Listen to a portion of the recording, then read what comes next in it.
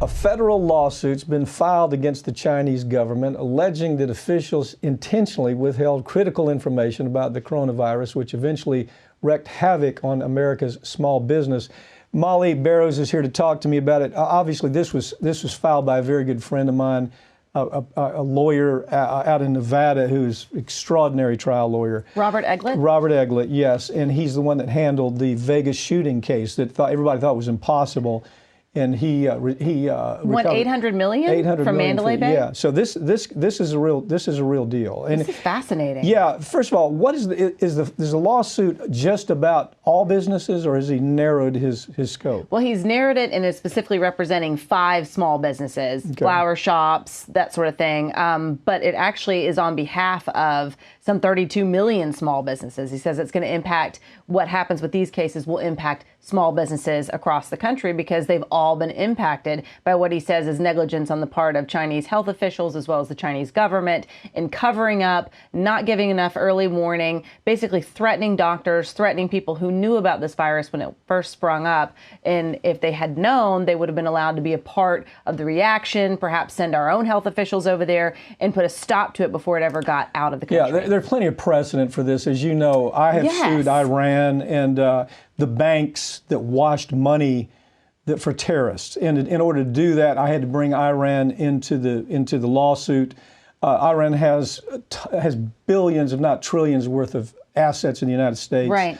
So I'm going to win that case. I believe that. I will win that case. And same way with China. What I think is most interesting is that he's using the treaties that came out of this globalization, the NAFTA, CAFTA type treaties on trade. And he's saying they have a responsibility under trade, under these treaties, not to do what they've done. What is he saying they did? Well, basically, you know, if you go back even to some of the original doctors who were first responding, they wanted to put the word out on social media. They were tracked down. They were threatened. They were told not to tell anyone. They disappeared. They disappeared. Yeah. Yes. I mean, there is just a whole slew of basically heinous allegations that are coming out that are not unsurprising, if you will, considering the crackdown that the Chinese government has on their people in a variety of other areas as well. But he's saying that there were cover-ups against journalists, against doctors, against the medical community that essentially allow this virus to escape the borders and, in fact, infect and impact the entire world. And so it's cost these small businesses trillions of dollars as a result, and it's something that they wouldn't have had to suffer otherwise. But it's interesting that you talked about how he's suing through that treaty loophole.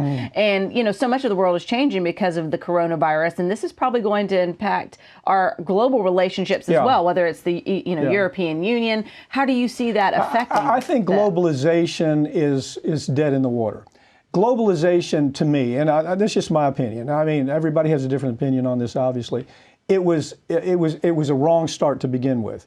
What it was Bill Clinton was trying to embrace Wall Street. Right. So one of the asks by Wall Street was, "Can you let us push globalization?" And what that meant to them is, will you let our corporations send jobs out of the country?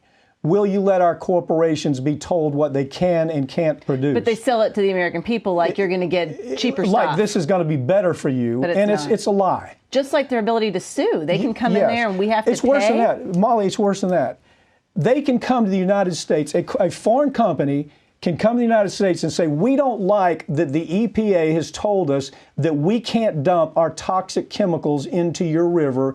Therefore, we're going to sue you and get paid by the taxpayer. So we can poison you. So we can poison you. So that's globalization. So Robert Eglett, he's a brilliant lawyer. He's taken the other side of it. He said, okay, you can do that to us. We're going to do this to you. Right. He's going to win. Well, It's going to be a year just going to The Hague just to get him served, but he's going to win this case. Well, and it seems like there's fairly broad jurisdiction in as much as if you do business in the United States, then there's a good chance that we can sue you if you're a foreign country. So it's not unheard of, like you said, Levin Papatonio handling their own litigation against Iran. Where do you see this going, though? Other lawsuits being filed. Robert Eglett, I thought was interesting, commented on a couple of other lawsuits out of Florida, but he said they're too wide, and he felt like this one, because of the trade angle, would the Florida cases are way too broad. They're trying to encompass too much. This is a narrow case. We can show that your conduct directly affected this business. It's called legal causation. You have to be able to tie up the conduct with the event, and that's what he's doing. Molly Barrows, it is an interesting case. We'll follow up for sure. We'll be talking about this one a lot. Thanks for joining me. Okay. Thanks, Pat.